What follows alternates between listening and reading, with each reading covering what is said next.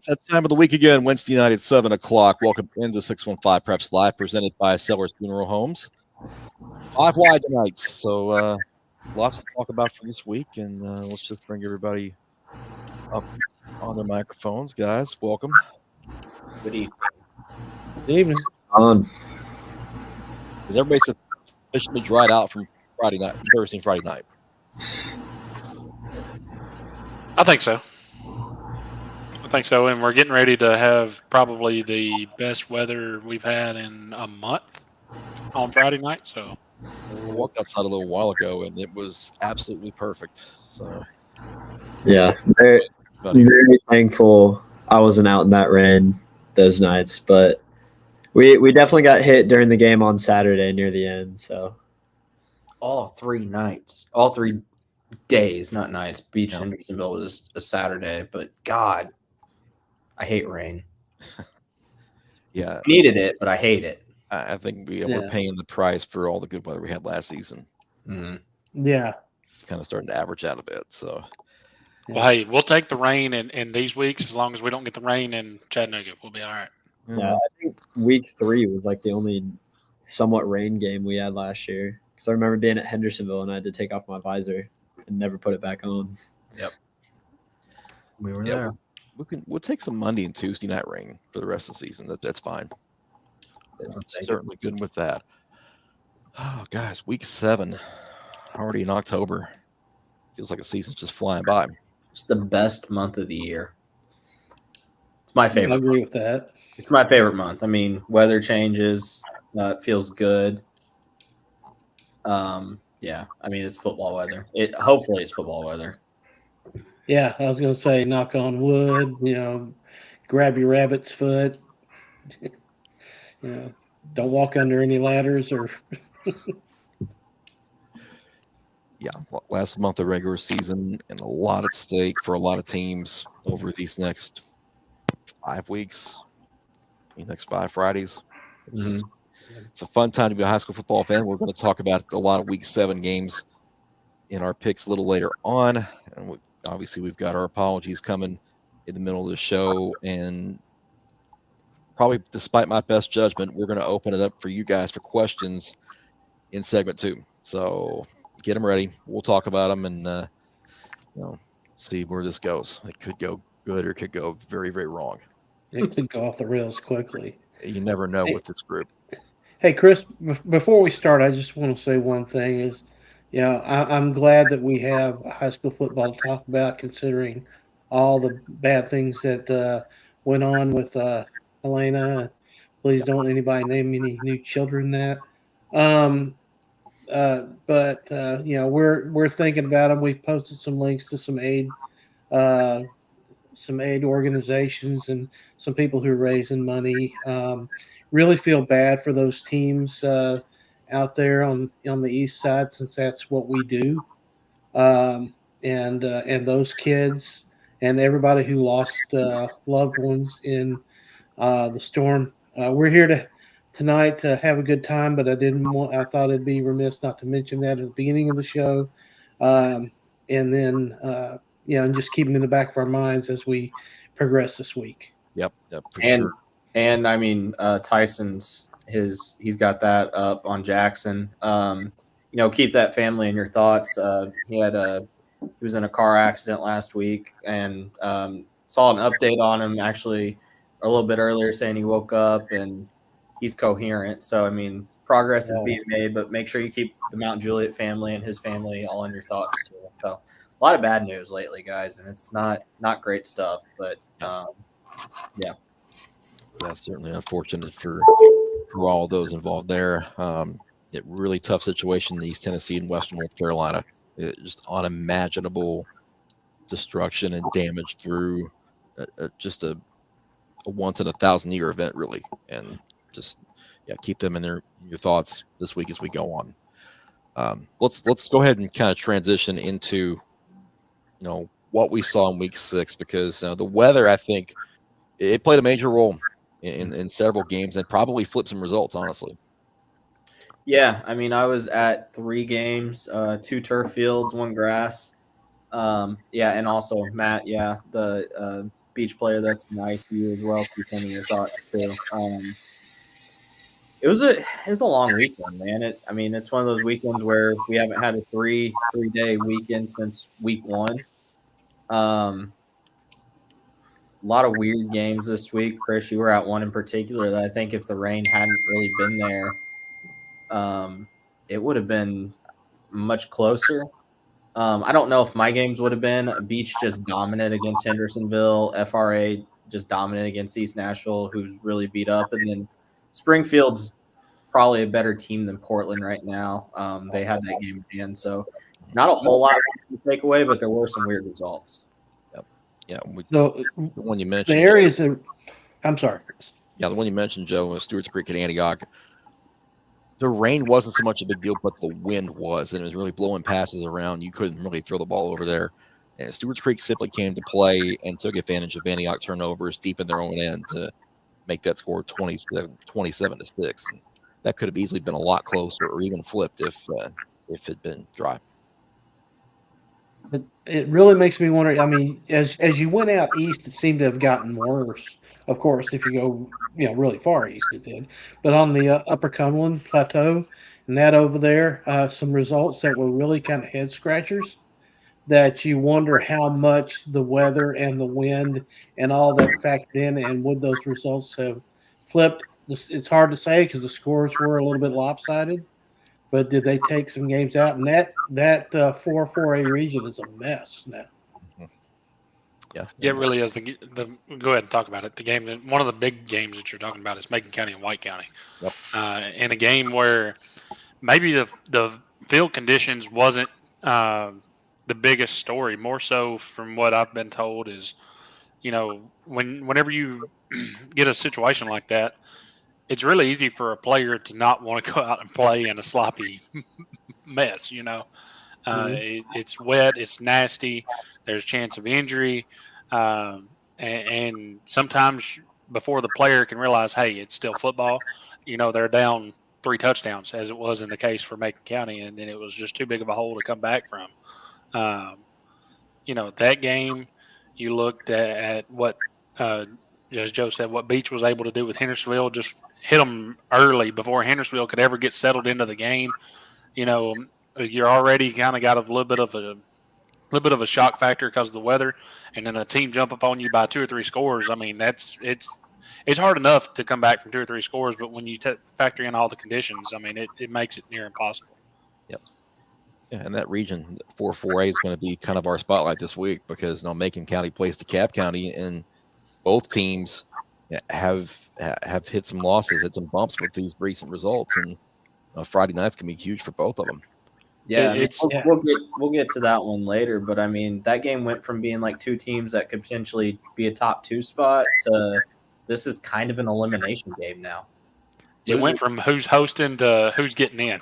Yeah, yeah. Honestly, yeah. Let's see some other games that were affected by Brentwood Academy. Had a good showing, even though it ended up in a loss. Yeah, very good.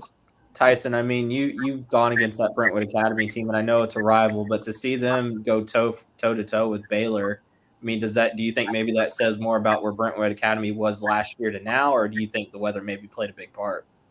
I definitely think the weather played a big part. That's not like anything that Brentwood Academy's discredit. I just feel like you could really see that like Brentwood Academy only put up 6 points. Like they weren't able to move their offense like they thought they would. But I feel like it was more about Baylor not like, at least from what I saw, which isn't much. So I could be completely wrong, but I feel like it's more about Baylor wasn't able to get moving. And obviously Brentwood Academy's defense played a very good game to be able to stop them. It's not just Baylor not being good. Yeah, I think their defense is significantly better than it was last year. I mean, last year Baylor runs all over them. They got 2 future Division I running backs on that team, and Brentwood Academy was able to hold them. So I think it's a step forward, but again, it's another loss, which they don't want. But that one in the NBA kept Macaulay's high scoring attack down too. So it was a weird night. It was a weird couple of days. A lot of those games, there were There were some games I think if they got them in on Thursday, we would have been Yeah, fine. that BA Baylor matchup. I mean, we kind of talked about it, but what they were able to do defensively, and it's kind of the weather did have a little bit to play with it, but I mean they're on a turf field, and Brentwood Academy didn't have that much of a problem throwing the ball, other than when they were going into the wind, as George McIntyre threw for almost 200 yards. But Baylor pretty much said we're going to run the football, and they didn't even hardly attempt many passes at all. I think they had like 20 yards passing for the whole game. So it was a tale of two teams that trying to do opposite things, which that's what resulted in a 7-6 football game, and it was a great game, but it wasn't a great game to watch. You know what I mean? Baylor was able to get 200 some yards on the ground, but they couldn't finish drives, and that was the thing. BA got them off the field. They were like 1 of 11 on third downs. I mean, they just could not sustain drives, and I think that speaks a lot to the BA defense, as Joe said, improving this year. Another result, and we'll talk about this one later, I'm sure. You go up and you look at a Montgomery Central team that hadn't won in 2 years, and the only score in the game is a 102-yard interception return for touchdown. Definitely weather related, but both teams played. Both teams had to play in it, and it became who would make the mistake. So I think that a lot of that may have been teams that were able to minimize mistakes and run the football. Yep. Let's go ahead and talk about some rankings real quick. Small class had some little bit of movement. Yeah, East Robertson's back at the top. East Nashville just dealing with way too many injuries right now. They're just kind of dealing with it. It may just not be their year this year because of all that.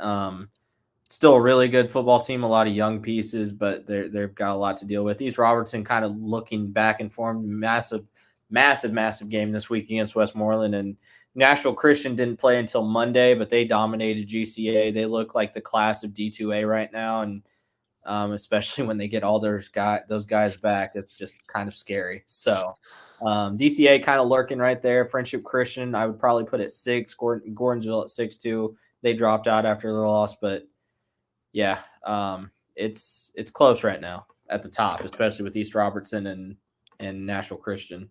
Yeah, I can't wait for tomorrow night. I think there's a chance by the end of the weekend, man, Tyson's going to get the best game of the weekend with East Robertson and Westmoreland. And this Nashville Christian team, Joe just said it. You can call it scary. You can call it whatever you want to. When TJ Ward shows up for that team, as one coach mentioned to me, it's a wrap. That's what he exact word for it. Let's go to medium class real quick, and Page and CP the class of this one. Beach moved up. Yeah, and I think Beach or FRA are pretty. You could interchange them, and I don't think anybody would have any issues with that. Beach has the one loss to Collierville that's looking not as bad as the season goes on. Collierville's undefeated. FRA, I was unbelievably impressed with what I saw out of them last week. They, in every phase of their defense, they look stout offensively. They got a senior quarterback leading a young group that's full of talent. 1 through 4, I think, is pretty close. I mean, Page and CPA leading the way. BGA is back in the rankings after making county loss. I think BGA is a really good team. And I mean, we got 3 D2 AA schools in the rankings, and and CPA still has to play FRA. FRA still has to play BGA and CPA. So these rankings could switch up quite a bit as the season goes on. Yeah, it'll be interesting to see how long Page hangs on to that one, because I think that they're set up for a pretty good run. That not to jinx them, but we'll see how long they can hold on to that unscored on streak, a shutout streak. And you get, understandably, you would get people saying, CPA should be ranked ahead of Page because they played a harder schedule, which is not a lie. I mean, they have. Page has just dominated every single team they've played. I mean, they've outscored teams 219-0. I know they haven't played great teams in the process. I mean, they did beat a Franklin team that's 4-2, and looking really good. So, yeah, I mean, Page is still just kind of that team at the top. And if they were in large class, they'd probably be ranked 2. Yeah, and if they were in small class, Page's freshman would be in the top 5.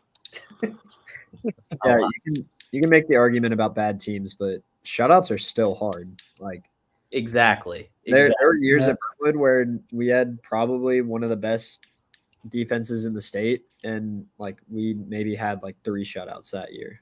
And it's like, Well, Scott and I saw it firsthand last year with Page against Hillsboro. oh, yeah. Dominated the game, one freak play, and it was a 35-7 game. I mean, they Yeah. are not letting plays like that happen. That's impressive to me. On to large class, where it's Ravenwood, Oakland, Innsworth, Mount Juliet, and Green Hill in the top 5. Yeah, Ravenwood's just rolling. Oakland got back on track last week. Innsworth has a pretty big game this week. They rolled against MUS last week, and then Mount Juliet and Green Hill just keep on winning and get us to Halloween night. All these teams are undefeated too, so I think Ravenwood, you got to kind of put it at the top right now. It's razor thin margin between them, Oakland, and Innsworth, though. All right, so let's move on to our player of the week, presented by Sellers Funeral Homes, and several good candidates this week with some different names popping up, and then one familiar one. Canyon Connor, Montgomery Central. Scott mentioned had that 102-yard pick 6 in Montgomery Central's 8-0 win over Whites Creek. Also had 8 tackles, with 3 of them being solo stops. Friendship Christian's Hayden Holloman, 17 tackles, 7 for a loss, and 3 sacks, as they beat Middle Tennessee Christian 35-7. Xavier Murray, he's on this list almost every week. 20 of 26 passing, 257 yards and 5 touchdowns. They beat Sycamore 48-20. Colton Overbay from Station Camp, 20 of 36 for 315 yards, even though they lost at Procone 28-27. He also ran 6 times for 29 yards and 3 scores in that effort. And then Saturday, Beach's Chelton Swafford went off for 216 yards and 2 touchdowns on just 9 carries. They whipped Hendersonville 49-6. Fans are going to vote for Canyon Connor, 38.6% of them going his way. Everybody got a vote this week, but it's Chelton Swafford that gets half of the votes in this one. Yeah, I mean, I went with the guy I saw live. Chelton absolutely just decimated Hendersonville. It seemed like every carry he got was, 10, 15 yards out of it or something like. He could not be stopped. I think he ended up with the 3rd most yards per carry in a game in state history, which is impressive. In school history. That's in school history. School history, yeah. So it was an easy pick for me. I think all the players last week had great weeks, all things considered, because of the weather, but Chelton just dominated. Yeah, Joe just said it. 24.6 yards per carry. You do that, you're going to win a lot of football games. Mm-hmm. All right, so with 4 votes on the week, it is Beach's Chelton Swafford winning Player of the Week honors from Sellers Funeral Homes for week number 6. So congratulations to Chelton. On to Line of the Week, also presented by Sellers Funeral Homes. 4 outstanding units up for it this time. Creekwood's defense, which held Fairview to minus 12 yards of total offense. Not 12, but minus 12, including minus 30 yards rushing. They won 23-0. Clarksville's offense racked up 370 yards on the ground, 6 touchdowns, and had 381 total yards in a 42-7 win over Dixon County. Page's defense, their 6th consecutive shutout, held Glencliff to 15 total yards, and all of those came on Glencliff's last possession. They also recovered 3 fumbles. They won 62-0. And Riverdale's defense allowed just 54 total yards and recovered 3 fumbles in their 21-zip win over Coffee County. The fans gave it to Creekwood's defense, 39.7% of that vote going for the Red Hawks this week. So congratulations to that unit for taking away Line of the Week honors presented by Sellers Funeral Homes. And we will hear from our sponsors right now.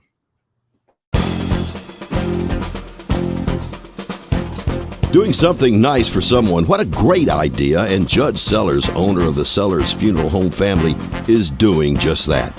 The Sellers Funeral Home family, made up of 8 different locations, is proud to sponsor high school athletics throughout the Middle Tennessee area, giving back to the communities that have been so kind to us. That's the Sellers way. Thank you, Middle Tennessee.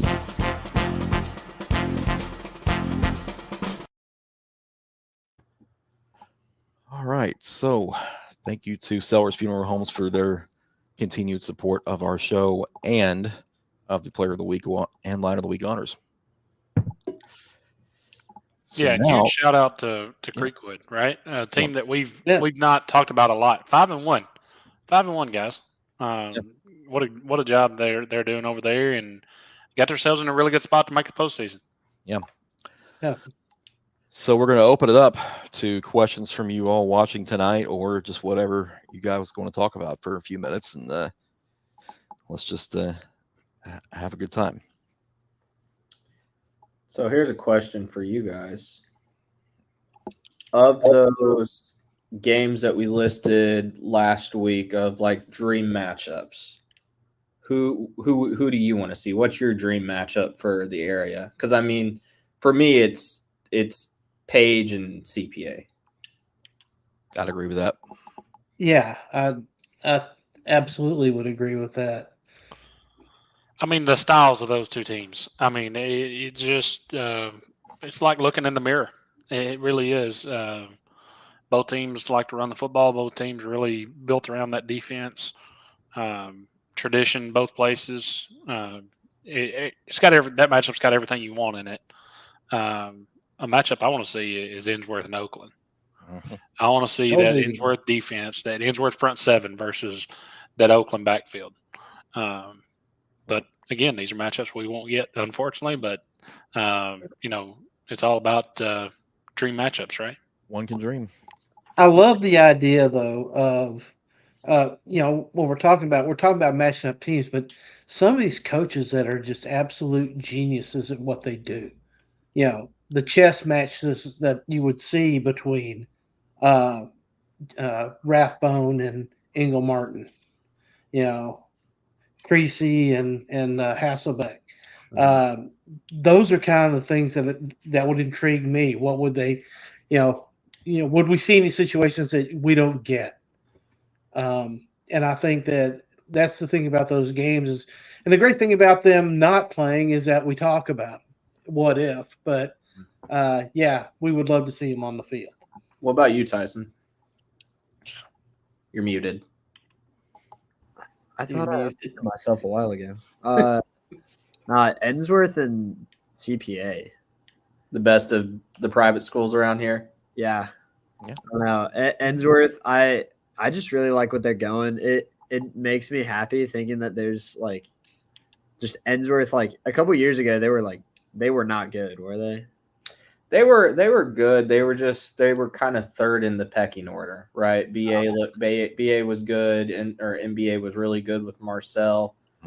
They were just there. They offensively they had pieces. It just didn't seem like they figured it out. Now I think they figured it out on both sides of the ball. Yeah, Ennsworth is just a school that I never, like, growing up, never really thought of as like, oh, they're good at football, and now they're good at football. Going up against CPA, which, like, I don't know. I never got to play football there, but I played lacrosse in the Den, and like I was just thinking, like, man, this would be sick on Friday nights. And I feel like that would be an insane matchup.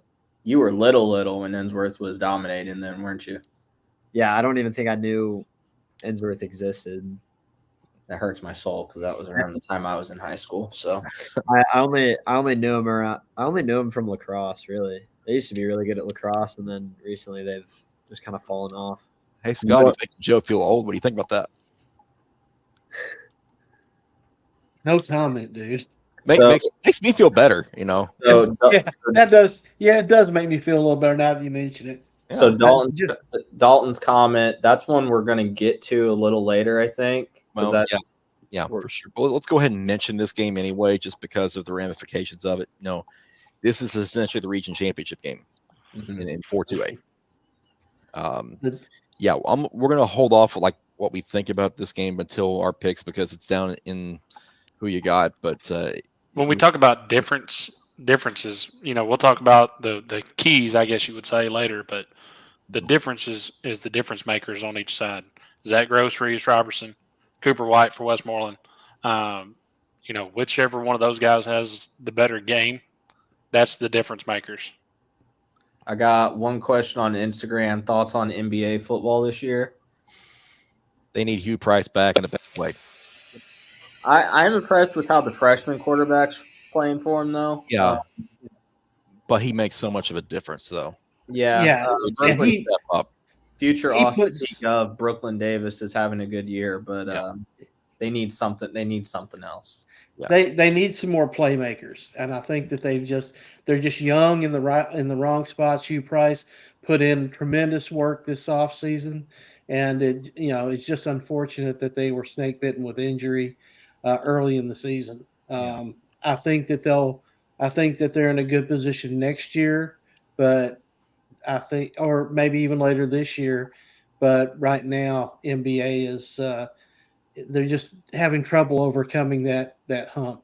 That's the real thing for me. But I also look at NBA and I'm like, this is a team that in the postseason could pull an upset or two. Yeah, I don't want to play them. Oh yeah, No. I don't want to play them because there's a chance that Hugh's back by the postseason. Mhm. And you got a Yep. team that at that point can throw the ball, really good at running the ball, and are normally really good defensively.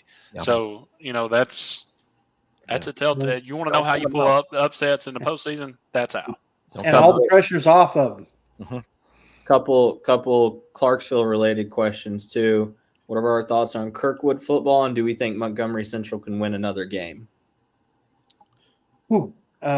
Montgomery Central, it's going to be tough. They're just, but I'll talk about them a little bit later, but I think that Montgomery Central is going to have some, it's still tough for 4 them. games to go for them in the regular season. They've got a home game against Fairview Friday night. Then they have Marshall County at home next week. Then they're on the road for the last 2 after their open date at Station Camp and at Greenbrier. Yes, Greenbrier- last game of the year is a that- winnable game. That Greenbrier game is possible. Yeah, you got there before I did, Chris, because I was now Kirkwood's a good team. They just offensively they have playmakers. They got a new quarterback in there. He's playing very well. I just, can they sustain it? This is where they stumbled last year. And 2 weeks ago and last year. yeah, and they did it again, right? But Yeah, they came back. Yeah. They came back this week. So They came back and had automatically- the biggest win in program history. Yeah. It's a Right. short history, but biggest win in history. right. So Before- everything is. Go ahead. No, I was just about to say before we get to a couple more of these YouTube questions, Cam, this one's directed towards you. Will Trousdale County win a game? We already did. Not in the record book. Ooh. Oh yeah, it's on the Oh, record book. Look at Max you're gonna Prep, Bubba. count. You're going to count Republic. Not by TWSAA standards. Max Prep Oh, says it as a my. win. It's a win. They don't ask how, they ask how many. Yeah. So here, since I'm posting these up, let's do the White House Heritage question real quick, Chris, and I'll do this one. Republic doesn't count. Their middle school is on the way up, though. I will say that. Cam knows all about that. White House Heritage could make a run. Yes. Dude, if they can get some stuff figured out defensively, they have everything they need offensively to make a strong run. Yeah. If they can find some answers defensively, they have the makings to make a run potentially as far as we were talking about it, potentially maybe to the semifinals. Mm-hmm. Yeah. That offense is potent when they get going. Eric Lopez is having a great year. Xavier Murray, you see him as a finalist, not finalist, but a player of the week candidate every single week. They put up points. They just gotta figure it out defensively. Let's answer Matt's question real quick too. How does Scott Beal know he's the only one shunned? Matt, I've been exiled to Pennsylvania. Why do I care right now? We did the extreme. So the extreme. I didn't wind up going, but it was my assignment, and I will take pride in this. I wasn't going to say it last week and jinx it. The Bucks are undefeated when Cam's at Jack Island, just so y'all know. Well, there Matt, you go. Matt escaped a visit from me because I was on my way up there to shoot the second half of that game, and then with the monsoon that was following me, plus the lopsided score, I just said, can't risk it. We'll Thanks, answer Kevin.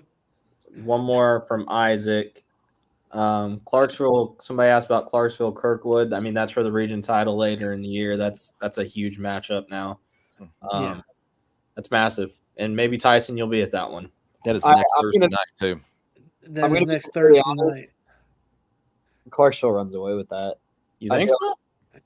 Kirkwood, whenever I saw him, I wanted to say this earlier, like they can move the ball.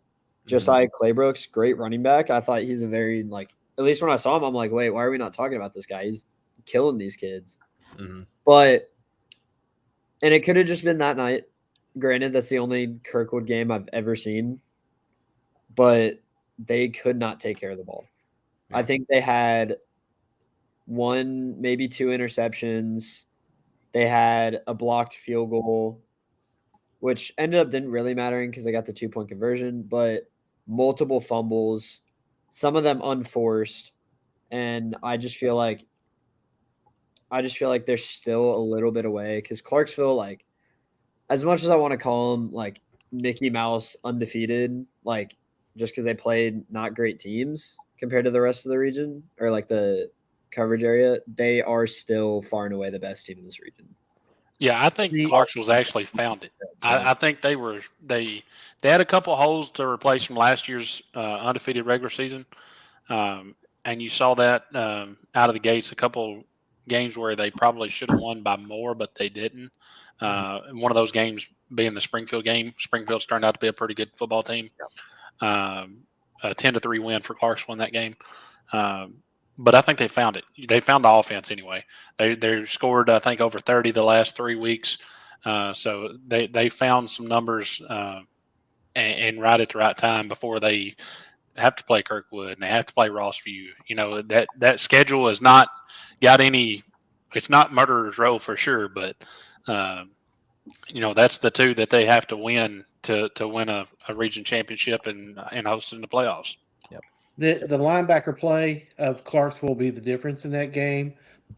Jack Stein is absolutely amazing, and the Galbraith brothers, they're both outstanding. That'll be the difference in that game is can Kirkwood overcome the Clarksville defense?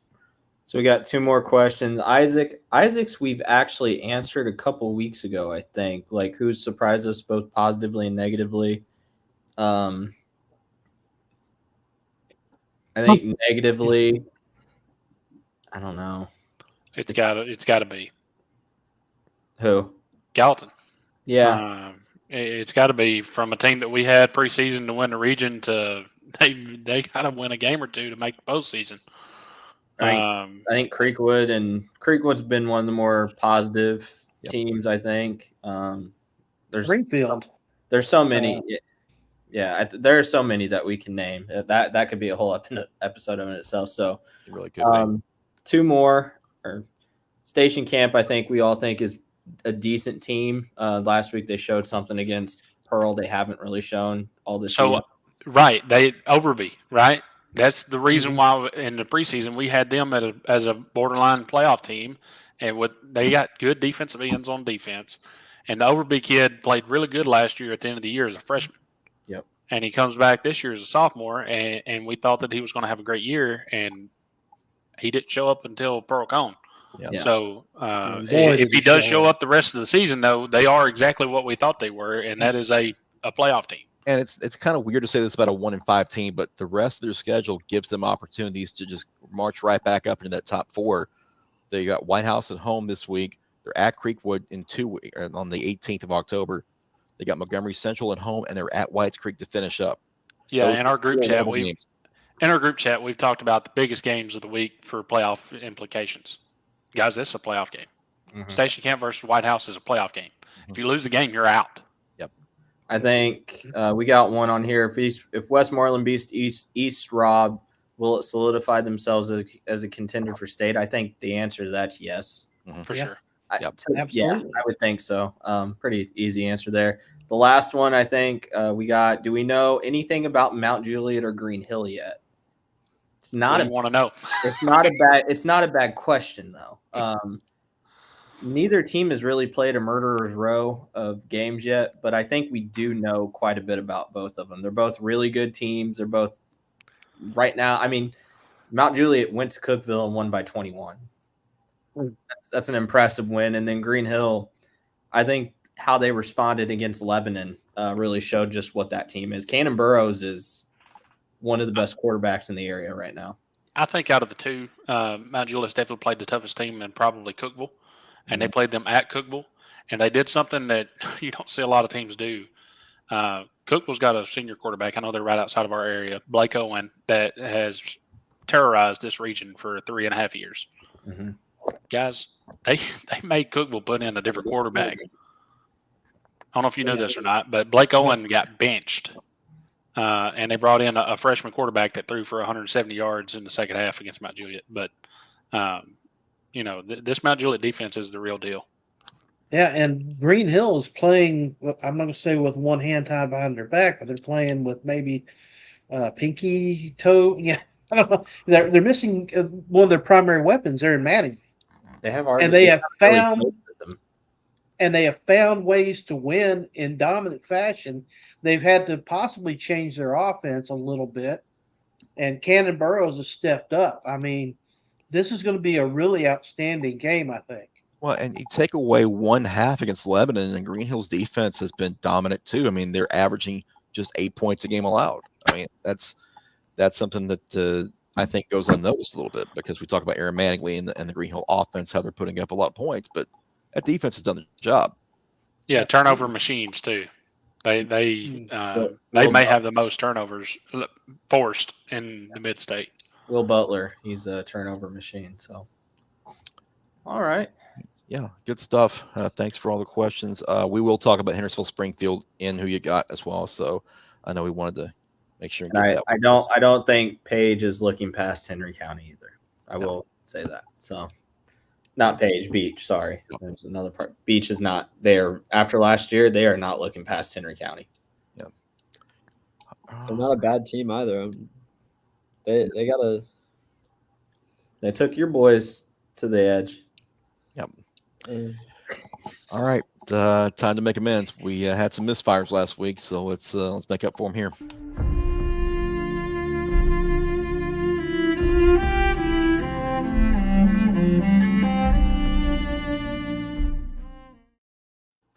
Who do we want to start with this time? Tyson, I'm going to let you have the honors, and let's give Clarksville a little love here. Clarksville Wildcats.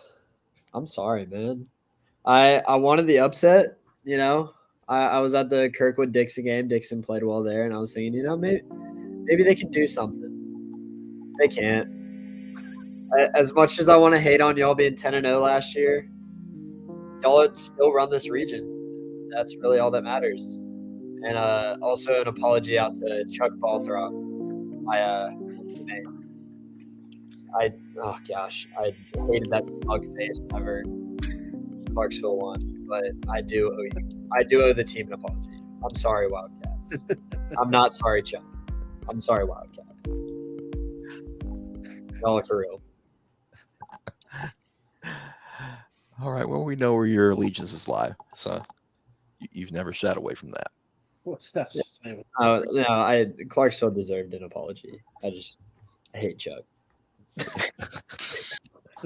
Not really. Let's stay in Montgomery County, Scott, and you can give the Indians their due. I'm already welling up a little bit. Well, Montgomery Central Indians. Where do I begin? I want to apologize. You know what? No, I don't. I don't want to apologize. You know what I want to do? I want to celebrate you. 2 years without a win, and you go out and find a way to get it done in a hurricane. Canyon Connor, you led the way, you had a escort of your fellow Indians. After 2 years of frustration, I'm glad I was wrong about you. Beat the drums, dance with the wolves, do what you want to do. I'm sorry I picked against you, but it is my pleasure to apologize. All right. Kind of a cop-out, but it is what it is. A little different take this week. But, I'll get it. I miss the dirt. Might as well stay in Montgomery County with another one. Cam, you got Kirkwood. Yep. Yeah, I mean, we talked about it just a minute ago. They did the same thing they did last year. They started 4-0, and then they lost a tough region game to Dixon County. I was a fool and thought, okay, they're the same old Kirkwood. The same old Kirkwood would have lost by 2 or 3 touchdowns to Rossview. It's a testament to what Coach Watson and that program's doing, building that program. Miles Redding at quarterback, having a great year. You guys made me a fool. I went to Rossview, won the biggest game in school history to this point. Congratulations, and I apologize. Yeah, Kirkwood's a told you so for me. I don't care if the fans chose it or not. Well, sorry, but sorry about your luck there, Tyson. I guess we should go to him next, should we? Nolensville. I'm sorry. Unlike last week where I was wronged by Chris, I did get this one wrong. As did everybody else, but I'll be the bigger man and I'll apologize. I'm sorry. As your Pick'em champion king, that's right. I shouldn't have picked against my loyal Knights. Just know, Nolensville, I'm sorry. I'm a fool. And I regret my choices. I'll never pick against you again until I do. You said it, not us. Never pick against you again until I do. Yeah. And I had a cop out. Just for that stunt, we should make him pick Glencliff for every game next year. They'll end up winning the Hey, Yeah. I'm just glad that Charles County's not the one catching strays on here tonight. Yeah, it's because they're not relevant enough. Well, so I made There my you go. apology. Stray caught. So I made my apology to Stewart's Creek in person. All right. Well, man, we got it wrong this week. We got it right. And great win over here, Mr. Louisiana team. You guys on behalf of all of us 615 Press, I'm sorry. That's wrong. Hey, I saw Scott, and Scott we trust. And Scott we trust. Yep, we did. Thank you. You look miserable. His uniform was a Tide commercial on its own. It really was. And I didn't care at that point. It was raining, blowing mist and all that, so it was fine with me. I didn't care. I don't think you said the right word, Joe. He didn't look miserable. He looked sorry. Yes. Anyway. Nice. That love it. Keep it coming, guys. That feels like a Shaq apologizing to Christian Wood for not being familiar with his game moment. Yeah, it really did. I thought Stewart's Creek was mid, but I admittedly don't know ball outside of Williamson County. Okay. You were willing to admit it, though. At least you admit it. Yeah. There's points for that. Just not enough of them. Anyway, here's Isaac. Jeez, Beach, what are you doing here? You scared me. Arr, me and me crew heard ye recent prognostication about our recent battle with the Hendersonville Commandos. What are you doing? What be ye meaning by this, laddie? What are you talking about? Why, we're the Beach Buccaneers, of course. You're from Sumner County. Wait, you don't even touch the ocean. You spelled beach wrong. What are you doing? Aye, these be but small potatoes. What really matters is what I have for you.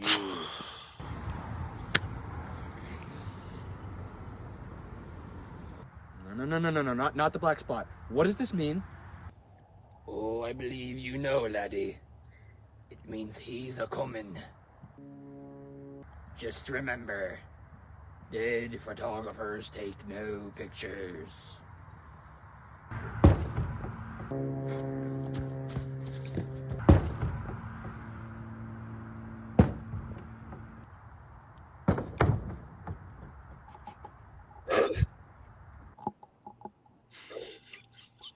an elite reference. Why CPA though? Well, that was wonderful. That was CPA. literature, poetry. Well done, Isaac. Well done. Or also, CPA man has to make an appearance in all videos. yeah, Yeah, He made the mistake of picking against CPA, which was just it's part of the contractual. Oh, okay. Yeah, Jim. I haven't been on for a good bit. we know. Yeah, that was the just- black spot got me. When I Yeah, the black spot. what got me is you're in Sumner County and you spelt beach wrong. So funny. Gets Matt's approval. It felt. It was just so wet out there on Saturday was worse than Friday. Yeah. All right, so let's. God, how do you top that? I don't know how you can. That's kind of hard to do. You might actually have to eat real dirt, Scott. Well, let's go ahead and let's make some picks, boys. Let's make some picks.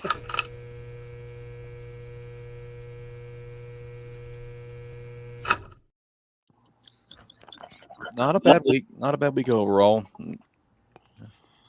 Could be better.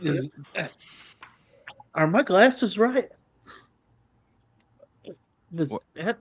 Ooh. Oh, yeah. Wow. Okay. Is Scott picked one more game than us? Yeah, what's up with that? I don't know. He's side with you, Cam. Don't worry about it. As long as I stay one spot ahead, I'm good. Yeah. Told you so. It should be at 6, but Yeah, well, you get what you give. Scott would have gotten one, but he got undercut this week too, and I'll tell you about that in a few minutes. Yeah. So let's get into the picks for this week, and we'll start with Antioch and Mount Juliet. And we've all got the Golden Bears across the board for this game tomorrow night. Yep, Chris and I will be there. Looking forward to this one. Another big test for that Mount Juliet defense as Antioch looks to get back on track. Going to Mount Juliet, it's not easy. Give me the Golden Bears over the Bears. I think John Michael Crudup has a big game. I'm going to say that Atticus Farida, we know that name, right? He's going to have a big game.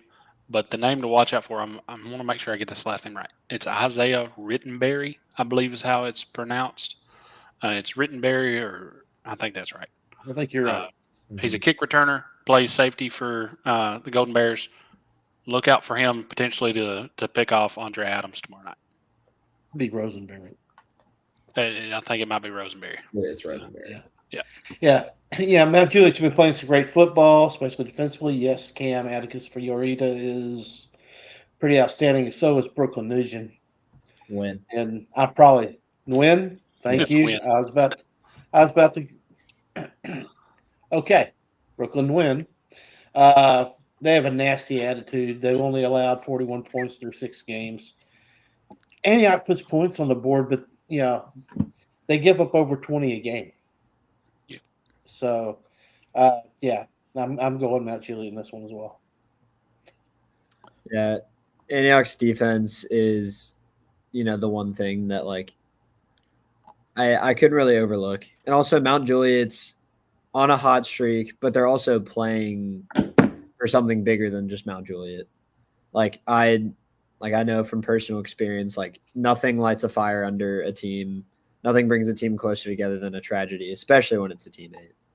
And just for that, I feel like Mount Juliet, maybe I feel like this is probably going to be a shootout. I'm kind of hoping for a shootout, but I feel like Mount Juliet is really in control this whole game. Yep. All right. Game number 2, Franklin at Brentwood. Joe and I'll be there on Friday.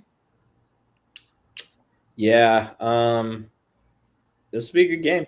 I think, heck, even Tyson's got a close game. Franklin's different. Franklin's a better team than they have been the last couple of years. Most wins since 2020 for the Admirals.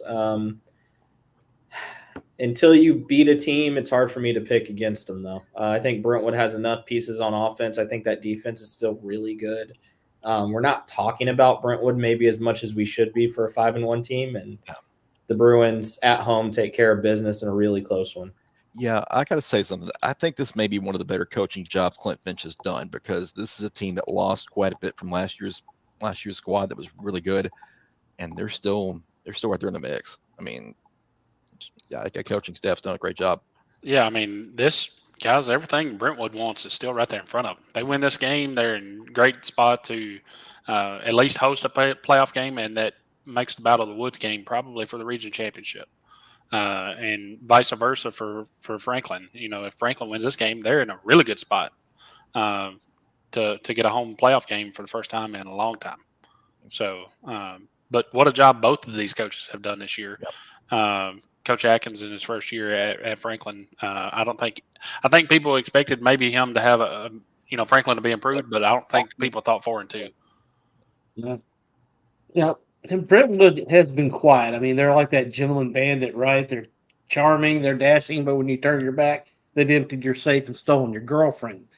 I think this year Franklin is a tough team. That they've got that bad luck monkey off their back. He's been run out of town. The last few games they've won in dominant fashion. This is the next step that they need to take, and I think that they have time to do it. With this, you effectively serve notice to USI, and for that reason, I'm going with the Admirals. Yeah, Scott, you're a that like gentleman thing got me ready to run through a brick wall. But no, I feel like I'd be remiss if I didn't mention Sean Gaka. We've had our differences on the lacrosse field. Obviously, we got the better end of that, but he is a very good running back, as much as it hurts to say. But like you were saying, Chris, like this coaching staff has done a great job because this didn't start this year. This started Clint Finch's first year building up my class to eventually go undefeated, region championship, semifinals. And it was during those years that these seniors, these starters were building up, and we were having like probably one of the deepest teams in the state last year. So that these guys, they don't have much experience, but they're ready to come play. Like whenever I say that, I think of Mason Ray. He's the anchor weak side linebacker for Brentwood.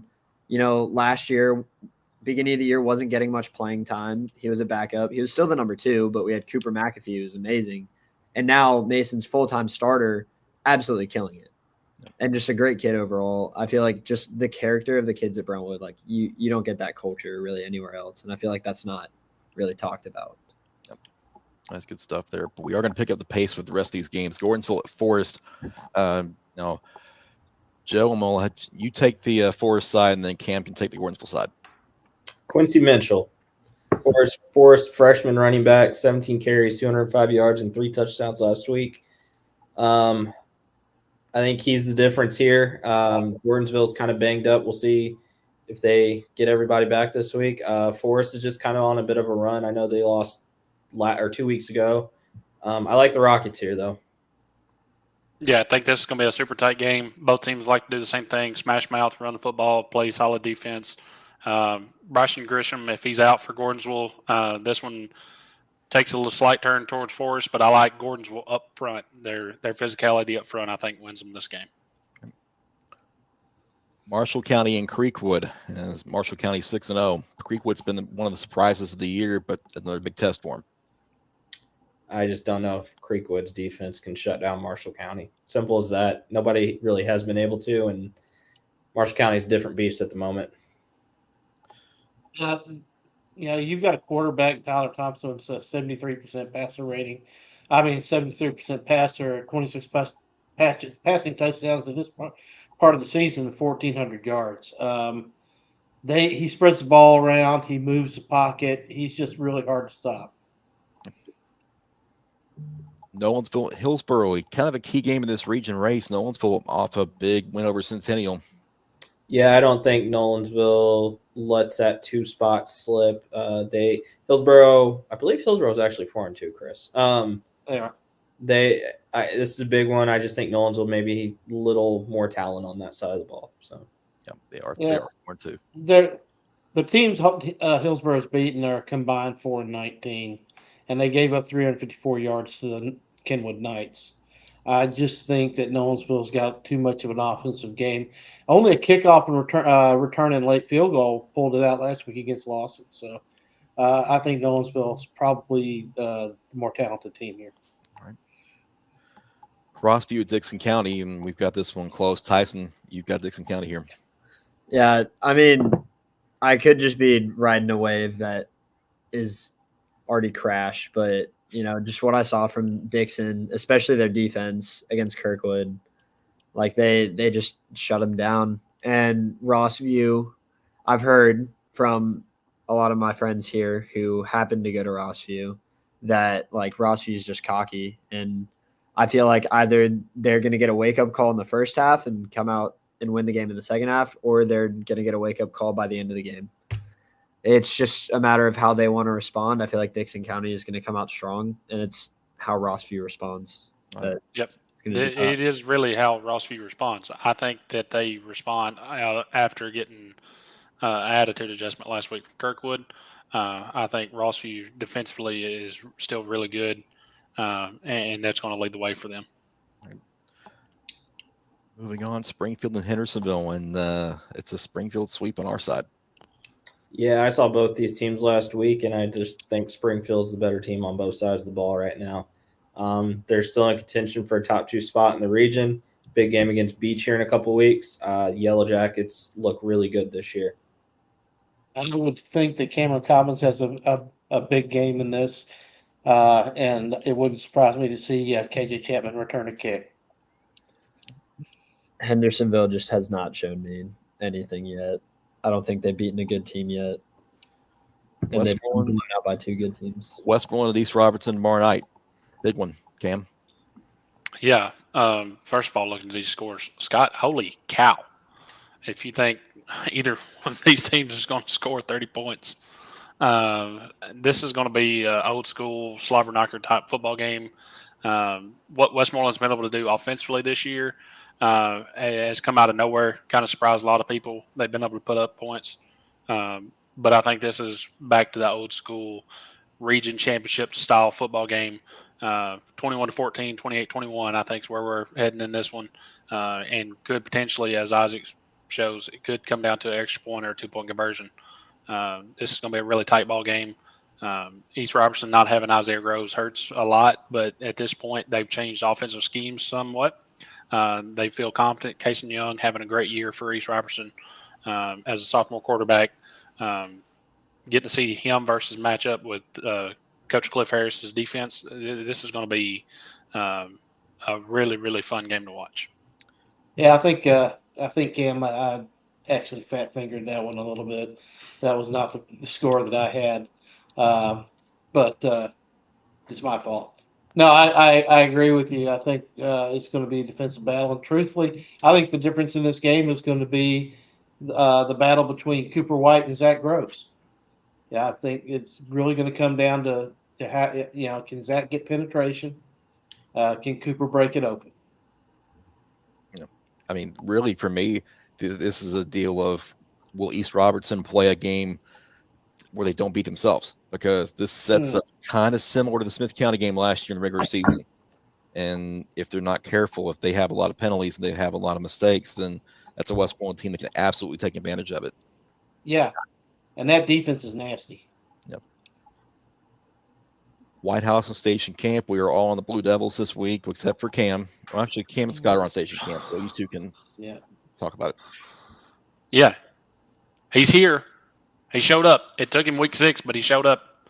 Colton Overby was the lone reason why I went with Station Camp here. I think it's going to be a super tight game. It's going to be a playoff style football game, similar to the East Robertson Westmoreland game. It's going to come down to 1 or 2 plays. Whichever team makes it's going to win, and whichever team wins is probably going to be in the postseason.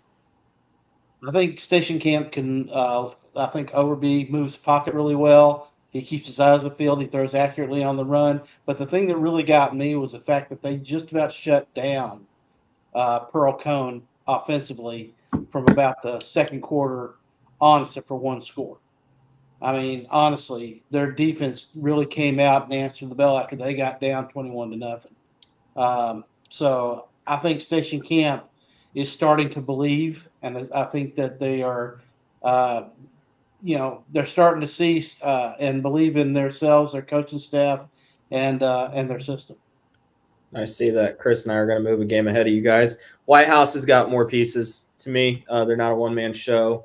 They're going to make Station Camp's defense work more than I think Pearl did in the second half last week. You're also talking about a White House team that got embarrassed 2 weeks ago by Marshall County. That taste is still in their mouths because Greenbrier. They knew they were going to win that game last week. They beat Station Camp this week and sets up a big one with Pearl Cone here soon. On to our Spotlight Series game for the week, DeKalb County and Macon County, and it's a critical one in this region, but maybe more so for Macon County because they cannot afford a third region loss. Did you guys know that tigers like water? Because if you watched these two games last week, you would have thought that tigers were allergic.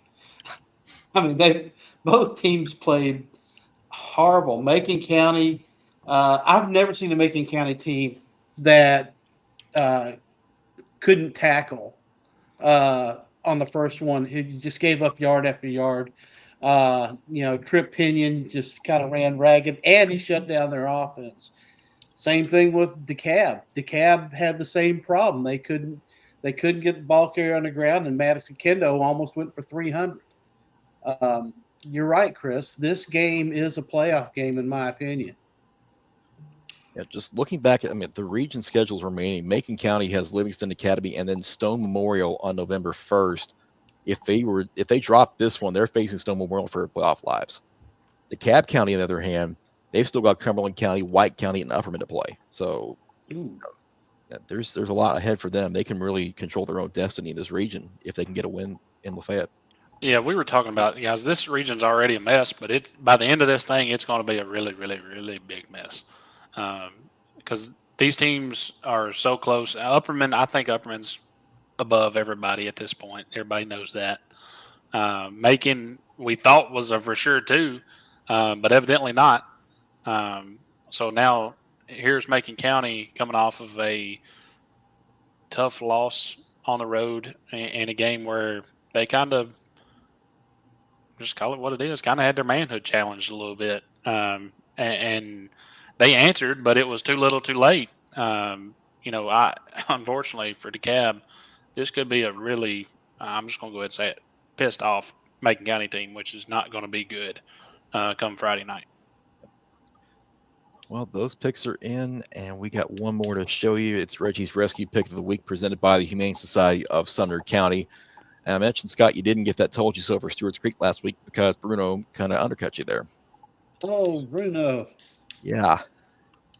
He's still there. Somebody please adopt him. Yeah. Jess. Please adopt him, or Dobby, or Jerry, or Tucker. Yeah, but and really Jerry before my wife goes over and gets him. But they're on a roll, though. They've won the last three after starting 0-3, so let's see if they can keep that going. Right, this is Miss Willoughby. She's around 4 years old. She is a very sweet girl. She is a very large lady. She got surrendered by the people that adopted her from Nashville Humane because she wasn't a good fit in their home.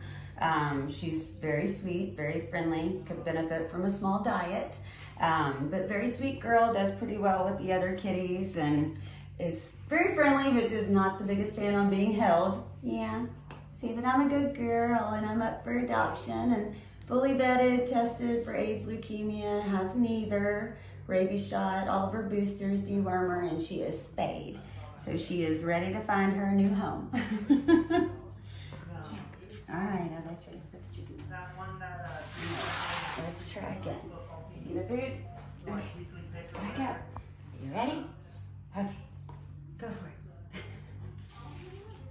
Keep going.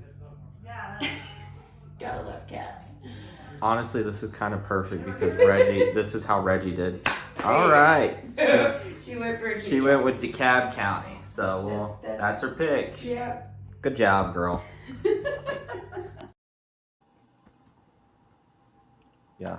I thought it was a very Reggie pick of her. It was. Very, very much. Yeah, for sure. So streak could continue this week. Very well could. Very well could. So that's That going would to be a told you so. It would be. Yeah. Yep. Reggie had a few of those. Yes. Very, very famous for those. So that would be, if they can get one, that'd be very, very fun. So, all right, that's it for us. Let's get the last word in before week 7. Let's see. Yeah, Tyson, I'll let you start. You know, obviously prayers are up for the Ricchetti family. That's the main thing on the mind. Really excited to go see East Robertson, Westmoreland. It'll be my first time seeing a game below 4A, so might be a little bit of a culture shock. And also, go Bruins. I refuse to apologize to Franklin if the off chance that they win, because I hate Franklin and I will be way too petty for it to be worth your time. Yeah, he tells it like it is. Okay, that's fair. I'm hard-headed. Yeah, kind of along the same lines as Tyson. Prayers for that family and obviously everybody in East Tennessee. Scott, I'll let you really dive into that. I'm sure you have a little more to say, maybe. More than anything, coaches, get us your stats. You want your kids highlighted? Get us your stats. We try as much as we can, as do all the other media outlets. If you don't get us your stats, it makes our jobs harder to highlight these kids that deserve it. We can reach out to these kids and get their stats themselves, but it's on you. You want your kids highlighted. I saw BGA, prime example today. They're doing a great job highlighting their kids, doing graphics and showing ways to get those kids out there in the open for college coaches to see. No, it's not feasible for everybody, but these kids deserve that. They deserve the coverage we give them. They deserve the coverage all the other news outlets give them. Get us their stats so we can highlight them as much as we possibly can. We send out emails before the beginning of the year. You have our email, you have my phone number. Just send us your stuff. It makes our jobs easier and it makes us not have to reach out to you as much. So that's all I got to say. And don't come negatively at us for any, like, we're reaching out to help these kids. That's as simple as that. Yeah. Piggybacking off of that, guys, none of us in this 5 wide, 6 wide, 7 wide, however many people we have now, none of us make anything off of this. Guys, we work full-time jobs just like you do. We do this for the kids only. And the fact that we have to deal with some of the stuff that we have to deal with sometimes is ridiculous. But we're going to ignore the pettiness and we're going to focus on the positives. The positives is there's so kind of a small week in week 7, but it's an important week. We talk about playoff games, right? This is the playoffs before the playoffs in some cases this week. So monster games, be mindful of that. Kids are going to be putting it all out there. Some kids know what this game means and knows that, it's a must win, or just be mindful of that. Don't act a fool. We've seen that a couple times this year too. Keep a level head about yourself. And I also want to mention on Twitter/X, whatever you want to call it, Gallenberg Pittman has orchestrated a donation fund that I personally retweeted on my Twitter. If you would like, or if you can, to donate to the flood victims in East Tennessee. I know Unicoi County, Cott County, Hampton High School. Some of these schools are not going to be able to finish their football season, guys, and some senior seasons have come short. But football's the minimal factor of this here. Lives were lost, and it's time for us to show our volunteer spirit and do whatever we can to help East Tennessee. Yeah. I can't express how much that people have reached out, knowing that I had family in the Asheville area. Actually, my wife's family out there. Thank you for your thoughts and your kind words, and I do appreciate it. Everybody's fine, and thanks for checking in. And please help out. That is unprecedented out there, and very, very sad. And it's very, very sad for the teams that we talked about earlier. I hate beating this drum because Joe's really eloquently did it. But guys, we're living in the social media age. Coaches, we're living in the social media age, and your kids deserve the exposure. Uh, Schools right now are looking at, they're using the internet more and more to follow programs, to follow kids and things of that nature. So getting the stats out should be a major part of your program, because your program is there to help develop and promote these kids. Um, and again, you know, we're asking humbly for your help. So aside from that, everybody who's watching, we appreciate it. Go out and see a game because the weather is going to be nicer this weekend. Support your local teams. I know they probably took a hit the last 2 weeks, with probably the exception of Beach, because those people would go watch a game in an ice storm. But go out and watch a game, contribute to the atmosphere, support, buy, skip Applebee's or whatever, and go to the concession stand and support your teams this week and have a great time. And remember, it is all about the kids. I got nothing to add after that. That's good stuff, guys. Yeah, y'all hit on the high points, and I'm not going to pile on anymore. So I'm just going to say thank you all for watching, and thank you all for listening to 615 Preps Live, presented by Sellers Funeral Homes for Week 7. We will talk to you 9 a.m. Saturday morning for the 615 Preps scoreboard, and hopefully have some great highlights for you from a lot of good Thursday and Friday night action. So make sure you get out there and check it out, and we will all talk to you then. Take care. Let's go P.